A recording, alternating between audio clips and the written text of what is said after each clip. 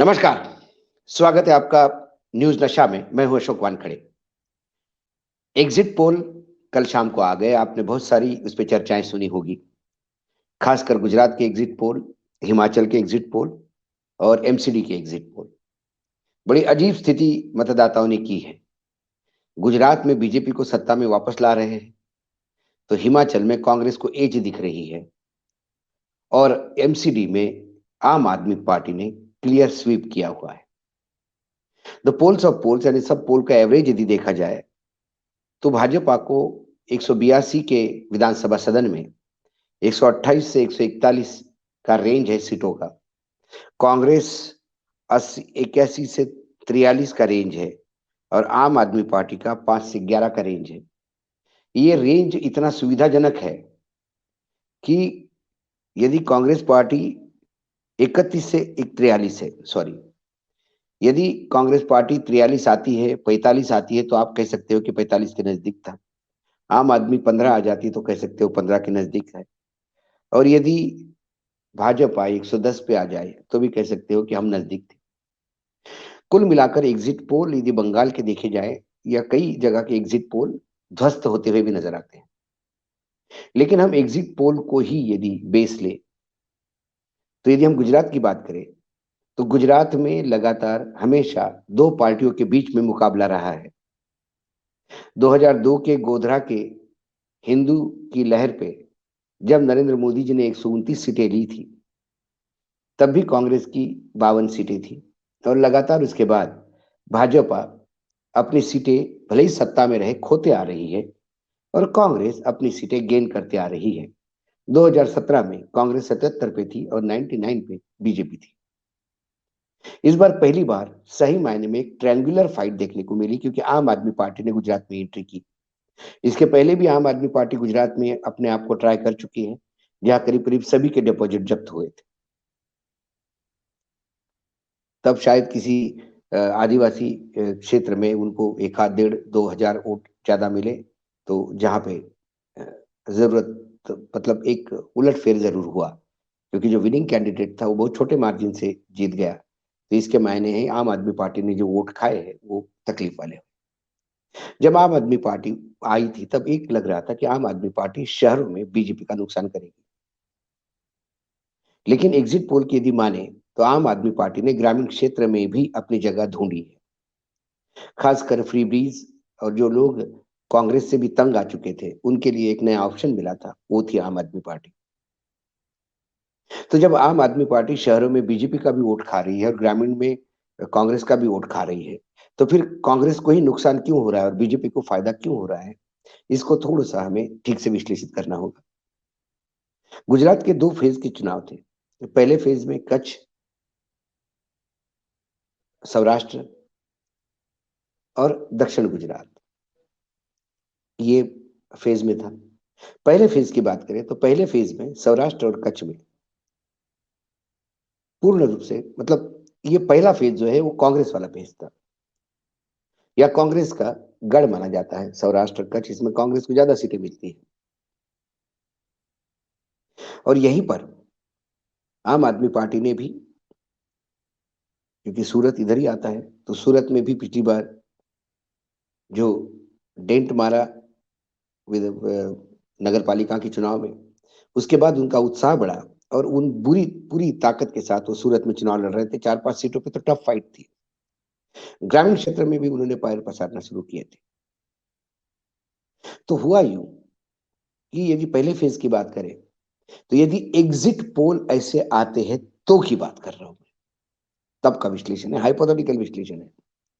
तो मुझे लगता है कि खासकर शहरी क्षेत्र में जहां भाजपा का गढ़ है, सूरत जैसे शहरों में जहां भाजपा ने क्लीन स्वीप किया था पिछली बार, वहां मार्जिन जीतने का बड़ा है। जहां मार्जिन जीतने का बड़ा है वहां तीसरा राजनीतिक दल आके आपके मत भी खाए तो भी आपकी जीत की मार्जिन कम हो सकती है, लेकिन हारने की गारंटी नहीं होती। लेकिन जहां आपकी जीत की मार्जिन मात्र 1-1.5 हजार वोटों से है, वह तीसरी पार्टी यदि आपके 2,000 वोट भी खा जाए तो फिर आपकी हार सुनिश्चित होती है। ऐसा ही कुछ ये एग्जिट पोल यदि सही माने तो मुझे पहले फेज में दिखाई देता है कि जहां कांग्रेस की जीत कम मार्जिन्स की थी, सौराष्ट्र और कच्छ एरिया में, वहां यदि आम आदमी पार्टी ने उनका मत खाया होगा तो वो बीजेपी को एज दे गया, इसलिए बीजेपी की सीट बढ़ती है। दूसरी ओर जहां आम आदमी पार्टी को सीटें जीतने की ज्यादा उम्मीद है, वहां पे मार्जिन ज्यादा होने की वजह से उनकी जीत के ऊपर प्रश्न चिन्ह लगता है और बीजेपी का मत प्रतिशत कम हो सकता है, लेकिन बीजेपी की सीटें बरकरार रहती है। तो बीजेपी को एड ऑन होता है सीट, तो बीजेपी का टोटल बढ़ता है। उसके बाद हम आएंगे जो सेकंड फेज में। सेकंड फेज की यदि बात करें तो सेकंड फेज में एक आता है उत्तर गुजरात और फिर आता है मध्य गुजरात। उत्तर गुजरात की जो क्षेत्र है वो ज्यादातर आदिवासी और वो क्षेत्र आता है। उसमें कांग्रेस और बीजेपी की कड़ी फाइट थी। वहां आम आदमी पार्टी का इतना नुकसान नहीं पहुंचा पाई। और जो सेंट्रल गुजरात है वो गढ़ है बीजेपी का।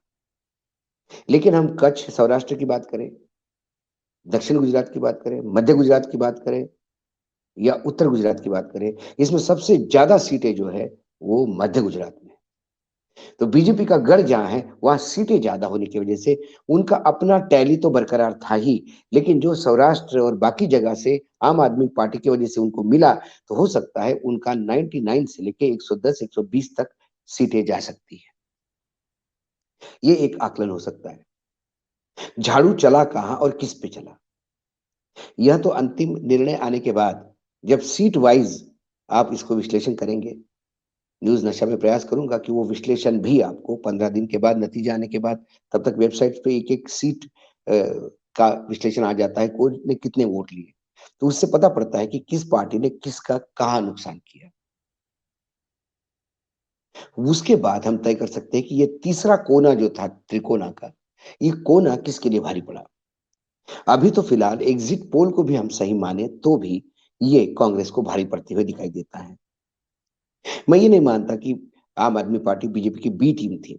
आम आदमी पार्टी ने भारतीय जनता सूरत के म्यूनिसिपल कॉर्पोरेशन के चुनाव के बाद ऐसा लगा उनको कि हमारे लिए जगह है। दूसरी ओर क्या जीत मायने, एक बार बार बीजेपी कहती है कि एंटी इनकम्बेंसी नाम का शब्द हमने खत्म कर दिया। मुझे लगता है कि वो एक बस अपना दिल को खुश करने की बात है। एंटी एंटी इनकम्बेंसी के पते तब चलते जब आपकी सरकार वैसे ही बनी रहती और एमएलए वही रिपीट होते।